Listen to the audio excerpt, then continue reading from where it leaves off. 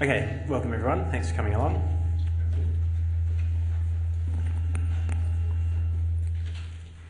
Try that.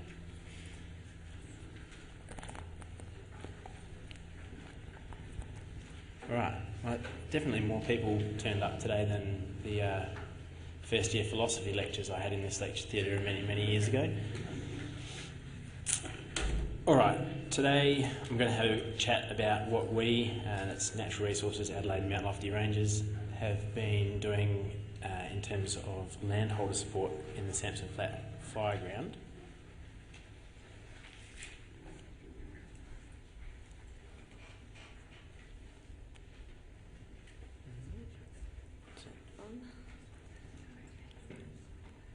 Right. Essentially, I'm going to focus on our extension activities. That is how we've tried to reach out to landholders in an effort to support them, how we've gone about trying to reach as many people as possible and in the best way possible. And then I'll go through a quick case study to give you an idea of what property and personal recovery looks like on the ground after Sampson Flat. So for those who aren't familiar, Sampson Flat Bushfire burned for 6 days in January of last year. It was, at the time, one of the largest and most destructive fires in the region for quite a long time. The fact that it didn't destroy more it probably comes down to the fact that the community were extremely well prepared. And one metric for measuring that is that approximately a quarter of people had a written bushfire response plan, and that's essentially 5 times the national average. I'm going to dive right into the extension side of things, given we've got limited time. People were generally more prepared in a physical sense for Sampson Flat than an emotional sense that the post-event research has shown, and it's that emotional recovery and preparedness that I think is most important in terms of talking about extension and how we've dealt with landholders. This schematic here gives you an idea from Anne Ledbetter, who was key in the response to the recent Black Saturday fires in Victoria, as to how community recovery is made up in a relatively simple sense. And you can see it's a multifaceted thing. Anne's point is generally that people focus on recovery of the built environment because it's a relatively easy thing to measure and it's a tangible thing for people, but that the other facets of recovery are perhaps less easy to deal with and get less attention than they deserve. And I guess we're working somewhere over here in this environment and land aspect of community recovery, and I think community recovery can also apply to personal recovery. And in rural and semi-rural communities like the Adelaide Hills, I think it's fair to say that that environment and land management aspect of recovery is inextricably linked to the social and economic recovery of people, either because they're living on their land because it's their escape from the world, or because their economic well-being is based on the land in the case of agricultural landholders. So the complexity of that situation, I think, is compounded by the fact that recovery from an event, and we're talking about, I guess, psychological and emotional recovery here, is not a strictly linear process. And you can see there's all of these little blips that occur in a general recovery journey, that there can be any number of events that trigger someone to essentially regress in their recovery. The other thing is that it's important to see that this timescale here is really a sliding one, and in this example it's 1 to 3 years. People recover at different rates, so you have to be willing to deal with people who are at different phases of their recovery journey, and you also have to be willing to deal with people who are at a different phase than they were, the same person who's at a different place than they were last time, and that's not necessarily a more advanced place.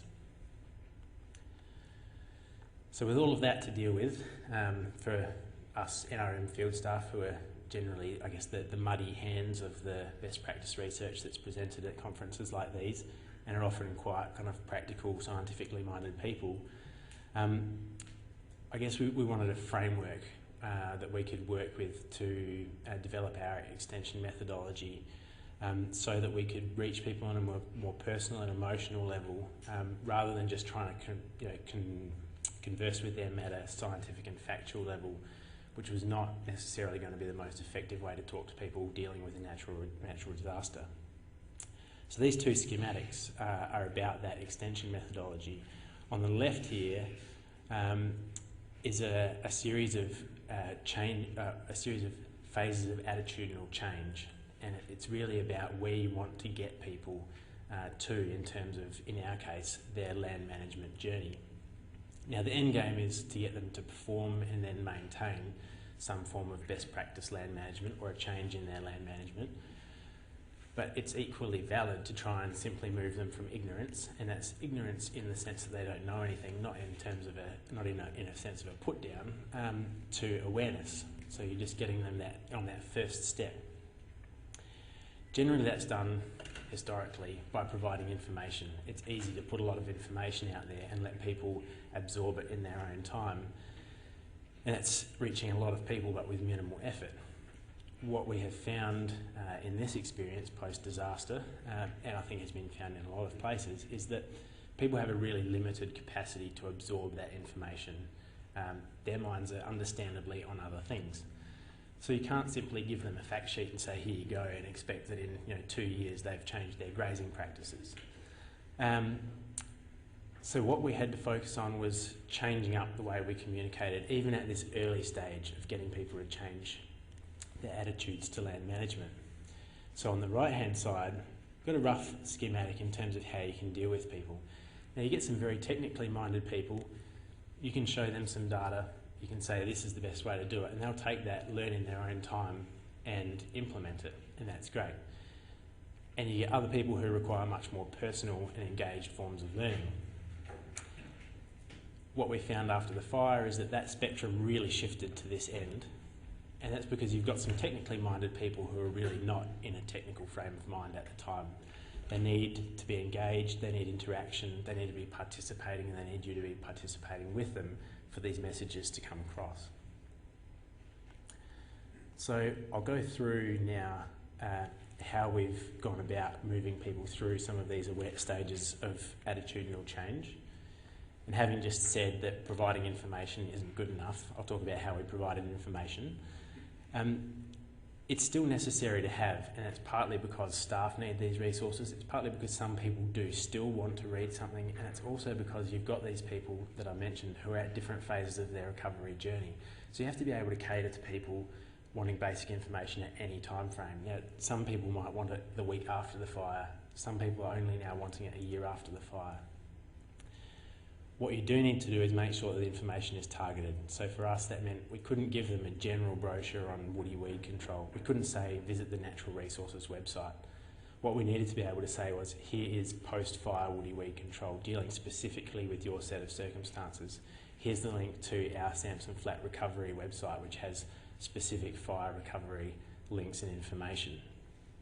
It needed to be relevant to them with no extraneous information.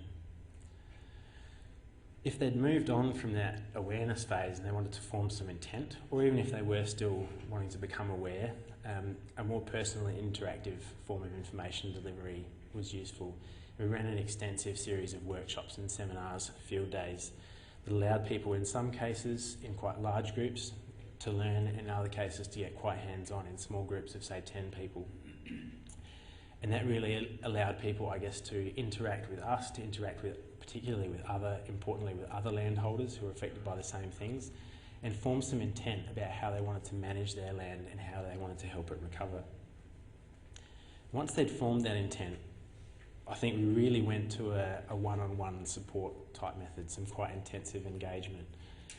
And that was extremely effective in that staff could not only provide land management advice and get our extension messages across, but staff could provide some psychological and emotional support to these people and form relationships with them through time. About 152 properties have been visited by Natural Resources staff in the Sampson Flat Fire ground since the fire to deal with post-fire issues. A number of those are now signed up to multi-year work plans to help with their property recovery. Now those work plans are one of the key ways in which we deliver our programs, and I guess they are one of our key metrics in terms of program success. And in the last 12 months or so, we've essentially had 3 times the number of people sign on to those work plans than we would have pre-fire, and the 200% increase there is almost purely fire-affected properties. So we like to think that it means the engagement and extension method is working well. So I've got 2 minutes left. I'll race through the case study. Ben and Vicky Whiteway lived near Kersbrook, just north of Kersbrook. They had lived on the property for less than a year when Sampson Flat occurred, and this is basically the view that Ben came back to the day after the fire, having just finished a full night of CFS duty, and the entire property had burnt, including the house. These are some pretty amazing and resilient people. What they decided was the easiest way for them to manage their property recovery, and important to them in their personal recovery, is that they lived on site during their rebuild of the property and the house. So 2 adults, 2 school children and a large dog in 3 shipping containers through a Kersbrook winter was a challenging process. However, the results were fairly spectacular, both from their personal journey and from a land management perspective. This is the view from their new veranda. They have recently moved into their house. And like I said, focusing on built environment is an easy thing to do, but in terms of land management, their on-site presence during recovery has done amazing things. It's easy to look at this 12 months on and say our landscape is well adapted to fire. This is an amazing example of native resilience in our landscape, but I think that underplays the role that they played, and that our extension program, I like to think, helped them play a little in terms of property design, re-fencing in a way that allowed them to get best value grazing management and also achieve improved biodiversity outcomes. And once that property design and fencing was finished, moving on to the areas where grazing was now excluded, and some micromanagement of the vegetation could occur. So we see this sort of regeneration in a gully that was pre-fire absolutely choked with blackberry. Now, part of their 3-year work plan is, in the first instance, to have contractor assistance to control blackberry, then for those contractors to pass those skills on to the family so that in the long term they can take ownership of the project. And I think going back to our extension methodology, that ownership and involvement, that participation is key. Now in their same area, we have 3 neighbouring properties that are part of, that have work plans as well, and that's a cascade effect of that personal involvement. So to quickly wrap up, our lessons learned from this extension exercise: fire-specific information is crucial. You can't have any extraneous information for people. It needs to be targeted if you're providing it. Recovery timelines are individual and they're not linear. You need to think about triggers for people that might make them slip back a little in their recovery journey, and you need to think about straws that break the camel's back. Absolutely, the key thing has been that personal connection is vital for effective extension, and that's because staff can provide some psychological first aid resources for people.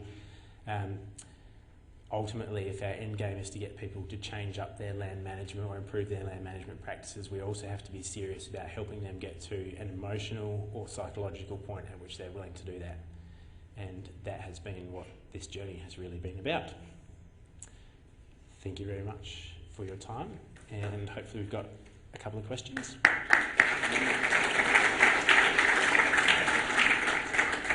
Tom, we've got 1 minute for questions. A couple of questions.